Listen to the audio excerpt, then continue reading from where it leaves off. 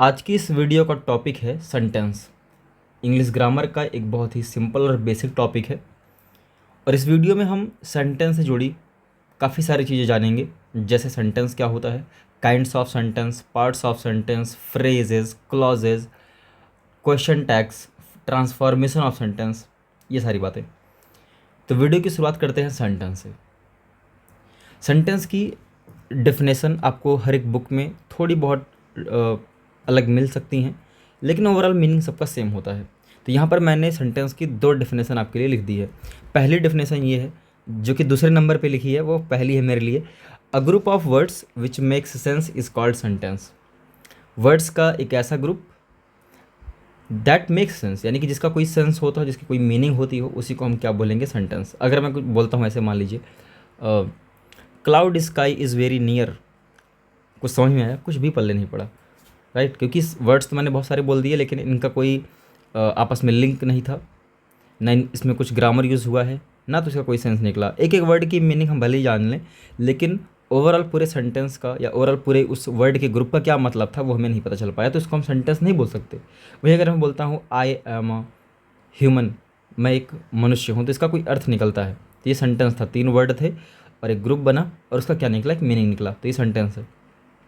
दूसरी डेफिनेशन जो कि पहले नंबर पर लिखी गई है, व्हेन वन और मोर वर्ड्स, जब एक या एक से ज़्यादा वर्ड आर ग्रामेटिकली लिंक्ड, वो मतलब ग्रामर से लिंक हों, and bring out a complete sense, और एक कंप्लीट मीनिंग लेकर आए, तो उसे हम बोलते हैं सेंटेंस। और यहाँ पे क्या लिखा है, एक बड़ी अच्छी बात लिखी है, वन और मोर वर्ड्स, मतलब जो ग्रुप होगा वो एक वर्ड का भी हो सकता है, मतलब अकेला वर्ड भी हो सकता है और कई सारे वर्ड भी हो सकते हैं। जैसे अगर हम नॉर्मली कन्वर्सेशन कर रहे हों, बातचीत कर रहे हैं, मैं बोलूँ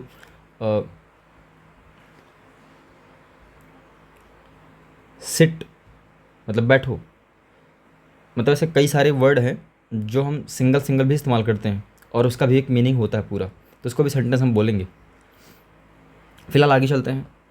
सेंटेंस की शुरुआत हमेशा होती है एक कैपिटल लेटर से और उसके एंड में एक फुल स्टॉप आता है, या फिर एक क्वेश्चन मार्क, या फिर एक एक्सक्लेमेशन मार्क। एग्जाम्पल के लिए यहाँ पर आपके सामने 3 सेंटेंस है। Malaysia has beautiful islands, can I borrow your calculator, how hot the day is. तो तीनों सेंटेंस में कॉमन बात क्या है कि इन सब की शुरुआत कैपिटल लेटर से हुई है और एंड में कहीं फुल स्टॉप, कहीं क्वेश्चन मार्क, तो कहीं पर साइन ऑफ एक्सक्लेमेशन नजर आया हमें। काइंड्स ऑफ सेंटेंसेस, तो देखिए जनरली ये हमें मिलते हैं 5, मतलब 5 तरह के सेंटेंस में पढ़ने होते हैं, लेकिन आपकी बुक में दिए गए हैं 4, तो हम भी कितने पढ़ेंगे, 4। पहला है असर्टिव या डिक्लेरेटिव सेंटेंस। ये सबसे कॉमन सेंटेंस होते हैं और ये एक स्टेटमेंट देते हैं मतलब पॉजिटिव वे में। यहाँ पर पॉजिटिव और नेगेटिव वे दोनों, मतलब यहाँ पर कोई बातें एक्सेप्ट की जाती हैं या डिनाई की जाती हैं, मतलब कोई बातें स्वीकार की जाएंगी या कोई चीज़ मना की जाएगा। मना करने का मतलब चीज़ें नेगेटिव वे में होंगी कि ऐसा नहीं है। तो यहाँ पर क्या होती हैं, स्टेटमेंट्स होती हैं, पॉजिटिव भी हो सकता है और नेगेटिव भी। ध्यान दीजिए, असर्टिव और डिक्लेरेटिव सेंटेंस, ये सेंटेंस का पहला काइंड, और इसके भी 2 टाइप होते हैं। एक होता है पॉजिटिव, दूसरा होता है नेगेटिव, और उस पॉजिटिव को हम अफर्मेटिव भी बोलते हैं। चाहे तो नोट कर सकते हैं, असर्टिव सेंटेंस या डिक्लेरेटिव सेंटेंस के 2 पार्ट होते हैं, पहले को बोलते हैं पॉजिटिव या अफर्मेटिव और दूसरे को बोलते हैं नेगेटिव। और ऐसे सेंटेंस यानी कि डिक्लेरेटिव सेंटेंस हमेशा एंड होते हैं अब पीरियड का मतलब वही आपका फुल स्टॉप। एग्जाम्पल के लिए, I went to the market yesterday, full stop. There is lots of snow in the winter, full stop. देखिए अब यहाँ पर बच्चे क्या सोचते हैं कि कहीं भी फुल स्टॉप आया मतलब वो मतलब वो असर्टिव सेंटेंस है, तो ऐसी बात नहीं है। असर्टिव सेंटेंस या डिक्लेरेटिव सेंटेंस है अगर, तो फुल स्टॉप आना पक्का है, लेकिन फुल स्टॉप आ गया तो वो डिक्लेरेटिव ही होगा, ये पक्का नहीं है, तो थोड़ा सावधानी से काम करना है। दूसरा है इंटरोगेटिव सेंटेंस। इंटरोगेटिव वर्ड बना इंटरोगेट से, इंटरोगेट का मतलब होता है पूछताछ करना। तो ऐसे सेंटेंसेस जिसका यूज़ करके हम कोई क्वेश्चन पुट अप करते हैं, तो उसे बोलते हैं इंटरोगेटिव सेंटेंस। ये हमेशा इनकी पहचान क्या है कि ये हमेशा एंड होते हैं इंटरोगेटिव मार्क के साथ, यानी कि क्वेश्चन मार्क के साथ। जैसे कि what is your name, what time do you get up in the morning. Next है इम्परेटिव सेंटेंस। इन सेंटेंसेस का इस्तेमाल करके हम किसी को कोई कमांड देते हैं, यानी कि ऑर्डर देते हैं, रिक्वेस्ट करते हैं, एडवाइस देते हैं, और इनके एंड में भी क्या आता है, फुल स्टॉप यानी कि पीरियड। जैसे कि please be quiet, clean your room, don't run on the road या don't play on the road, ऐसे बहुत सारे। Always tell a lie, never, sorry क्या बोल दिया मैंने, always tell truth, never tell a lie, माफ़ कीजिएगा। एक्सक्लेमेटरी सेंटेंस क्या होता है, ये सो होता है, मतलब कि इस सेंटेंस का इस्तेमाल करते हैं हम लोग अपनी सडन फीलिंग को एक्सप्रेस करने के लिए। और लास्ट में क्या आता है, एक्सक्लेमेशन मार्क। एग्जाम्पल्स आपके सामने, it's a beautiful day, how hot the day is. लेकिन एक बड़ी इंपॉर्टेंट बात है जो इस बॉक्स में लिखी हुई है, वो हम बात कर लेते हैं। कई बार ऐसा होता है कि सेंटेंस देखने में तो इंटरोगेटिव लगता है, लेकिन उसको पढ़ने पर पता चलता है कि ये तो इम्परेटिव सेंटेंस है। जैसे एग्जांपल के लिए, could you please open the door for me, क्या आप मेरे लिए दरवाज़ा खोल सकते हैं प्लीज़। तो यहाँ पे आप देख सकते हैं रिक्वेस्ट की जा रही है। तो सेंटेंस देखने में क्या है, इंटरोगेटिव है ना, लेकिन इसका जो फंक्शन है, इसका जो काम हो रहा है, वो हो रहा है एक रिक्वेस्ट के लिए, यानी कि ये फंक्शन से इम्परेटिव है, और स्ट्रक्चर से ये इंटरोगेटिव है।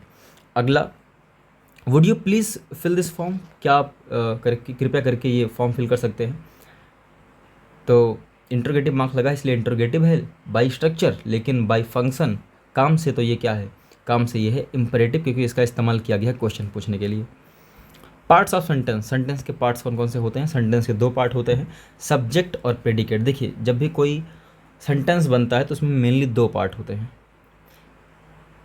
पहला पार्ट वो होता है जिसके बारे में पूरा सेंटेंस कहा गया होता है, और दूसरा पार्ट वो होता है कि सब्जेक्ट के बारे में जो कुछ कहा गया होता है। तो सब्जेक्ट की डेफिनेशन मैं बोल दे रहा हूँ, द सब्जेक्ट इज़ व्हाट और whom the sentence is about. तो किसी भी सेंटेंस में सब्जेक्ट वो होता है जिसके बारे में सेंटेंस कहा गया होता है, जिसके बारे में सेंटेंस होता है पूरा पूरा। और उस सब्जेक्ट की जगह पर कोई नाउन हो सकता है, प्रोनाउन हो सकता है, या कोई एक इंटायर फ्रेज या पूरा पूरा क्लॉज हो सकता है। और ये फ्रेज और क्लॉज क्या होता है आगे पढ़ेंगे। और अगर किसी सब सेंटेंस में हमें सब्जेक्ट को आसानी से पता करना हो कि ये कौन है, तो एक बड़ा सिंपल सा ट्रिक है इसका। हम वहाँ पर एक क्वेश्चन पूछ सकते हैं हु, या दूसरा क्वेश्चन कर सकते हैं व्हाट। तो जो उसका आंसर आएगा वही होगा सब्जेक्ट। फिलहाल सब्जेक्ट सबसे मेन पार्ट होता है जिसके बारे में पूरा सेंटेंस कहा गया होता है। प्रेडिकेट क्या है, उसी का उल्टा, सब्जेक्ट के बारे में जो कुछ कहा गया होगा वो प्रेडिकेट है। और प्रेडिकेट वाले पार्ट में वर्ब जरूर होती है, कंटेंस द वर्ब, मतलब जो वर्ब होती है वो प्रेडिकेट वाले पार्ट में ही होती है। अब एग्जाम्पल यहाँ देखते हैं, Joseph likes to play volleyball. यहाँ बात किसकी हो रही है, जोसेफ की। जोसेफ क्या है, सब्जेक्ट, बाकी का पूरा part likes to play volleyball, ये पूरा पार्ट हो गया predicate. Here comes the train, what comes, देखिए व्हाट का आंसर क्या है यहाँ पे। फिलहाल पहले क्वेश्चन देखते हैं, Joseph likes to play volleyball, who likes to play volleyball, कौन पसंद करता है, जोसेफ। तो जो कौन का आंसर है वो क्या है, जोसेफ, तो वो सब्जेक्ट हो गया। Here comes the train, what comes, क्या आता है भाई, ट्रेन। तो ट्रेन यहाँ पर सब्जेक्ट है। आप देख सकते हैं कि ये पीछे लिखा है लेकिन सब्जेक्ट है ना। अक्सर हमें कन्फ्यूजन होती है कि जो आगे है वही सब्जेक्ट है, यहाँ पर सब्जेक्ट तो पीछे चला गया है। ट्रेन यहाँ पर क्या है, सब्जेक्ट, और हियर कम्स क्या है, प्रेडिकेट। आइए बात करते हैं क्लॉज क्या होता है। The clause is a group of words having its own subject and predicate, though it does not make a complete sense. तो क्लॉज ये भी एक word of group of word होता है, सब्जेक्ट भी होगा इसमें, प्रेडिकेट भी होगा, लेकिन कंप्लीट सेंस नहीं होगा। ये जनरली क्या होता है, पार्ट ऑफ अनदर सेंटेंस, किसी सेंटेंस का एक पार्ट होता है। फिर सुन लीजिए, क्लॉज क्या होता है, ग्रुप ऑफ वर्ड्स, वर्ड के ग्रुप होंगे, सब्जेक्ट भी होगा, प्रेडिकेट भी होगा, लेकिन कंप्लीट सेंस नहीं निकलेगा, और इसे ही हम बोलते हैं क्लॉज। एग्जाम्पल के लिए फ़िलहाल ये जो एग्जाम्पल है यहाँ पर पूरा सेंटेंस लिखा गया है, लेकिन इस सेंटेंस में क्या है, क्लॉज हैं। जैसे कि because you are feeling well you can go out today, क्योंकि आप अच्छा फील कर रहे हैं आप बाहर जा सकते हैं। तो एक सेंटेंस है जिसमें दो क्या हैं, दो क्लॉज हैं। जैसे कि पहला क्लॉज यहाँ पर ये हो जाएगा, because you are feeling well, underline कर लेना इतने पार्ट को। You can go out today, आप बाहर जा सकते हैं। तो दोनों क्लॉज हैं और दोनों के पास अपना अपना सब्जेक्ट, अपना अपना प्रेडिकेट है। I will wait for you although I am hungry, मैं तुम्हारा इंतज़ार करूँगा हालांकि मैं भूखा हूँ फिर भी। तो I will wait for you ये हो गया clause, although I am hungry ये भी क्या हो गया क्लॉज। दोनों क्लॉज मिलकर क्या बना रहे हैं, एक पूरा सेंटेंस। दे डू ये एक क्लॉज है, वट एवर दे डिसाइड ये अलग पार्ट है। दे डू मतलब वे करते हैं, वट एवर दे डिसाइड जो वो डिसाइड करते हैं वही करते हैं। तो दे डू अलग क्लॉज है, वट एवर दे डिसाइड ये अलग क्लॉज है। दोनों मिलकर क्या बना रहे हैं, सेंटेंस। अब फ्रेज क्या होता है, phrase a group of words eight the end of sentence make sense, मतलब वर्ड का एक ऐसा ग्रुप जो सेंटेंस के लास्ट में आता है और उसका सेंस भी होता है, लेकिन हाँ कंप्लीट सेंस नहीं होता, उसे हम फ्रेज कहते हैं। फ्रेज और क्लॉज में मेन डिफरेंस क्या है कि क्लॉज में अपना सब्जेक्ट अपना प्रेडिकेट होता है, लेकिन फ्रेज में ऐसा नहीं है कि अपना खुद का सब्जेक्ट अपना खुद का प्रेडिकेट, ऐसा ज़रूरी यहाँ पर नहीं है, ऐसा नहीं होता। और इसका भी अपना कंप्लीट सेंस नहीं होता। सिमिलरिटी क्या है कि दोनों के पास अपना अपना कंप्लीट सेंस नहीं होगा। और फ्रेज में एक और बात खास है, ये सेंटेंस के लास्ट में आता है। The phrase may have nouns और verbs but it does not have a subject and predicate. Phrase में नाउन भी हो सकता है, वर्ब भी हो सकता है, लेकिन यहाँ पर सब्जेक्ट और प्रेडिकेट नहीं होगा। एग्जाम्पल के लिए Humpty Dumpty sat on the wall, तो ऑन द वॉल क्या है यहाँ पर, ये आपका फ्रेज है। The sun rises in the east, तो इन द ईस्ट ये क्या है, ये भी एक फ्रेज है। This is not right way of doing things, ये भी क्या है, ये भी फ्रेज है। आप देख सकते हैं लास्ट में आ रहे हैं ये। आगे बात करते हैं क्वेश्चन टैग की। क्वेश्चन टैग क्या होता है, क्वेश्चन टैग ये हमेशा एक सेंटेंस के साथ आता है। और क्वेश्चन टैग्स क्या होते हैं, ये हमेशा एक सेंटेंस के साथ आते हैं। क्यों आते हैं, काम क्या होता है, चलिए पढ़ते हैं। पहले तो जो यहाँ पर जो भी चीज़ें इसके बारे में लिखी हैं वो देख लेते हैं क्या है। Question tags are short questions at the end of statements, तो वही बात है जो अभी हम कर रहे थे कि ये हमेशा एक स्टेटमेंट के बाद में आएंगी और शॉर्ट क्वेश्चन, छोटे से क्वेश्चन होते हैं। लेकिन मैं पहले इसका एक रियल लाइफ एग्जाम्पल देना चाहूँगा। जैसे हम लोग बातचीत करते हैं, फिर बोलते हैं कि एग्जाम्पल लेते हैं एक, ये लड़का बहुत शरारती है ना, अच्छा लास्ट में क्या करते हैं ना, तो उसी को बोलते हैं क्वेश्चन टैग। हिंदी में तो हम लोग फिलहाल ना बोल के चले जाते हैं, लेकिन इंग्लिश में ना नहीं बोल सकते हैं ना, तो उसमें कुछ भाई ग्रामर लगानी पड़ेगी। और एक काम हम ये करते क्यों हैं फिलहाल, है ना। They are used to confirm whether something is true और नॉट, हम ये कन्फर्म करने के लिए करते हैं ये बात सही है या गलत। और इसके लिए भी करते हैं sometimes they are also used by the speaker to emphasise what he she is saying.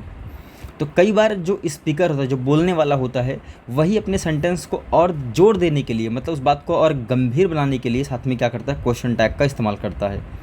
तो दो रीज़न है क्वेश्चन टैग इस्तेमाल करने का। पहला, ये कंफर्म करने के लिए जो वो कह रहा है सही है कि नहीं। दूसरा इसलिए ताकि सेंटेंस पर वो और जोर डाल सके, यानी कि सेंटेंस को और गंभीर बना सके। एम्फसाइज का मतलब होता है जोर देना। इसके कुछ रूल्स हैं। पहली चीज़, अगर आपकी स्टेटमेंट पॉजिटिव है तो क्वेश्चन टैग हमेशा नेगेटिव आता है। एग्जांपल के लिए, शी इज़ पोलाइट, वो बहुत पोलाइट है, इसका क्वेश्चन टैग क्या बनेगा, इजंट सी। तो इजंट सी का मतलब इज़ नॉट सी। तो यहाँ पर आप देख सकते हैं स्टेटमेंट पॉजिटिव है लेकिन क्वेश्चन टैग नेगेटिव है। आई एम लेट, आरंट आई, जैसे ऑफिस पहुँचा मैं और क्या बोलता हूँ, आई एम लेट, मैं लेट हूँ। फिर आरंट आई या नहीं, मतलब मैं लेट हूँ है कि नहीं, मतलब कंफर्म कर रहा हूँ कि पक्का ना लेट हूँ। पहले बोला गया आई एम लेट, मैं लेट हूँ, फिर आरंट आई, या मैं नहीं। लेकिन एक बात यहाँ पर नोटिस करने की है, शी इज़ पोलाइट था तो इज़ंट सी लग गया, जो हेल्पिंग वर्ब यहाँ थी, मतलब स्टेटमेंट में वही हेल्पिंग वर्ब चली गई क्वेश्चन टैग में। लेकिन एम वाले केस में ऐसा नहीं है, आई एम लेट है लेकिन वहाँ पर लिखा है आरंट आई, ऐसा नहीं लिखा कि एमंट आई, तो ऐसे कुछ होता ही नहीं है। एम के साथ हमेशा क्या लगता है, आरंट आई, याद रखिएगा। और वही बात यहाँ भी लिखी है, एम वाली ही। और अगर सेंटेंस या कह सकते हैं स्टेटमेंट अगर नेगेटिव है तो क्वेश्चन टैग पॉजिटिव होगा, जैसे कि it is not going to be problem या it isn't going to be a problem. Statement negative है, क्वेश्चन टैग आ गया positive, is it. There is no money, is there, sentence negative, question tag positive. ज़्यादा practice या ज़्यादा समझ के लिए हमें करनी होगी बहुत सारी प्रैक्टिस, तब ज़्यादा कॉन्सेप्ट क्लियर होगा। तब ये बेसिक बात थी क्वेश्चन टैग की, और मुझे पता है कि अभी 100% क्लियर नहीं हुआ है। 100% क्लियरिटी तब आएगी जब हम इसकी सॉल्व करेंगे एक्सरसाइज। ट्रांसफॉर्मेशन ऑफ सेंटेंस, ये भी आपको 100% समझ में नहीं आएगा। रीज़न ये है कि यहाँ पर बस हम देखने वाले हैं कि ये होता क्या है, कैसे करते हैं, और पूरी प्रैक्टिस होगी वो दूसरी वीडियो में। अब ट्रांसफॉर्मेशन का मतलब क्या होता है? ट्रांसफॉर्मेशन का मतलब होता है किसी सेंटेंस को बदलना, और इस तरीके से बदलना कि उसकी मीनिंग ना बदले, बिना मीनिंग बदले सेंटेंस को बदल देना, यही होता है ट्रांसफॉर्मेशन। जैसे एग्जांपल यहाँ पर दिया गया है, how amazing the view is, ये एक्सक्लेमेटरी है, इसको हमने कन्वर्ट कर दिया डिक्लेरेटिव में और बोल दिया द व्यू इज़ अमेजिंग, तो दोनों का एक ही मतलब है ना। जब कोई बोलता है how amazing the view is, इसका मतलब वो आश्चर्य कर रहा है, उसके हिसाब से जो व्यू है बहुत अमेजिंग है। यही बात यहाँ सिंपल तरीके से बोल दी गई है, the view is amazing. Aren't we already late for the show, क्या हम शो के लिए पहले से लेट नहीं है? तो ये इंट्रोगेटिव है, इसको कन्वर्ट किया हमने डिक्लेरेटिव में। कैसे, आइए देखिए, we might be already late for the show, हम शो के लिए पहले ही लेट हैं। या फिर माइट बी का मतलब हो सकता है हम ऑलरेडी शो के लिए पहले से ही लेट हो रहे हैं। तो इस तरीके से ये था ट्रांसफॉर्मेशन, सेंटेंस को बदलना बिना मीनिंग बदले। और ये क्वेश्चन टैग 100% कॉन्सेप्ट तब क्लियर होगा जब करेंगे एक्सरसाइज। तो बस इस वीडियो में बस इतना ही।